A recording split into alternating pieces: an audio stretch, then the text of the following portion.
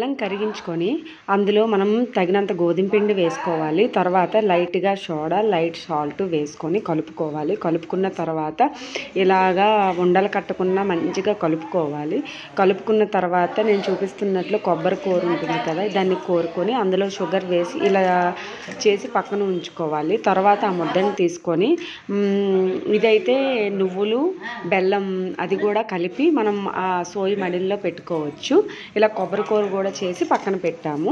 ఇప్పుడు ఏమో మనం ముద్ద తీసుకున్నాం కదా, ఆ ముద్దని మనం ఇలా రౌండ్ చుట్టేసుకొని దాని మధ్యలో హోల్ పెట్టి ఆల్రెడీ మనం చేసిన కొబ్బరి కూర బెల్లం నువ్వులు ఉన్నాయి కదా, మిడిల్ పెట్టుకొని ఇలా వేపుకోవాలి. వేపుకున్న తర్వాత మనకి ఇలా అప్పాలు రెడీ అవుతాయి. ఇవి కొబ్బరి కూర అప్పాలు, ఇంకొకటి నువ్వులు బెల్లం వేసిన అప్పాలు. ఇలా అప్పాలు రెడీ అయిన తర్వాత చల్లగా అయ్యాక మనం సర్వ్ చేసుకుంటే చాలా బాగుంటుంది. చాలా బాగా వచ్చాయి, టేస్టీగా కూడా ఉంది. అయితే ఇవి ఏదైనా ఫంక్షన్లో చేస్తే బాగా